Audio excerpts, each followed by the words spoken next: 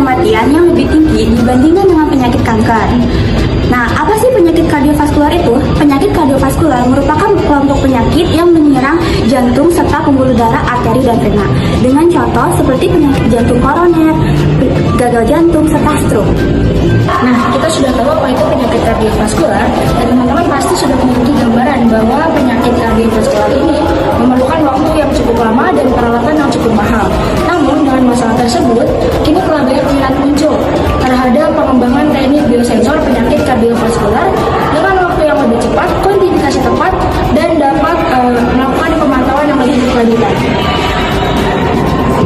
Sensor yang dikembangkan dapat berupa sensor kimia, meliputi sensor elektrokimia maupun sensor elektromekanis, di mana dengan menggunakan teknologi sensor tersebut, suatu gangguan di sistem peredaran darah pada jantung, maka dapat diterjemahkan melalui informasi gambar yang dapat direkam.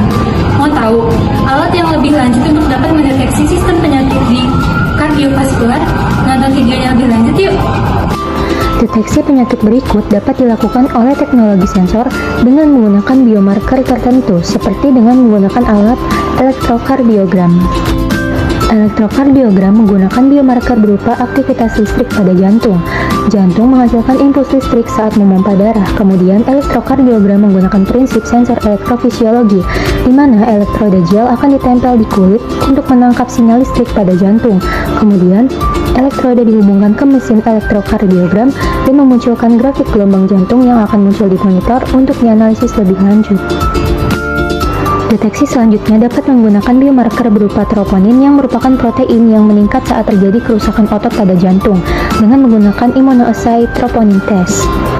Menggunakan prinsip antibodi untuk mendeteksi dan mengukur konsentrasi suatu troponin.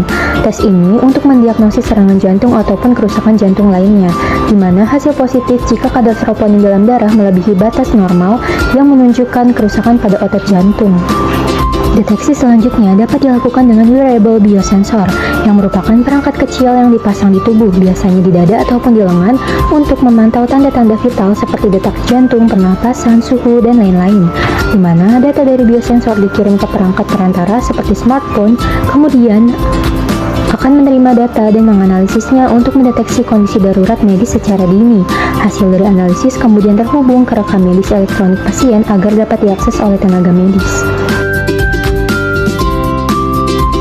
Nah, sudah jelas ya bahwa sensor-sensor seperti ECG, biomarker darah, hingga wearable biosensor itu berperan fungsi untuk dunia medis, khususnya untuk penyakit kardiovaskular. Teknologi tersebut tidak hanya berfungsi sebagai mendiagnosis secara lebih cepat dan akurat, namun bisa berfungsi mendiagnosis pasien secara dari rumah. Dengan semakin berkembangnya teknologi seperti IoT dan AI, sensor punya potensi besar untuk dikembangkan lebih lanjut, lebih ringkas, lebih sensitif, dan tentunya lebih terjangkau. Inilah mengapa pengembangan sensor bukan hanya tentang teknologi, tetapi untuk menyelamatkan lebih banyak nyawa. Jadi, mari kita dukung pengembangan teknologi sensor untuk kesehatan jantung yang lebih baik di masa depan. Sekian dari kelompok 6, terima kasih.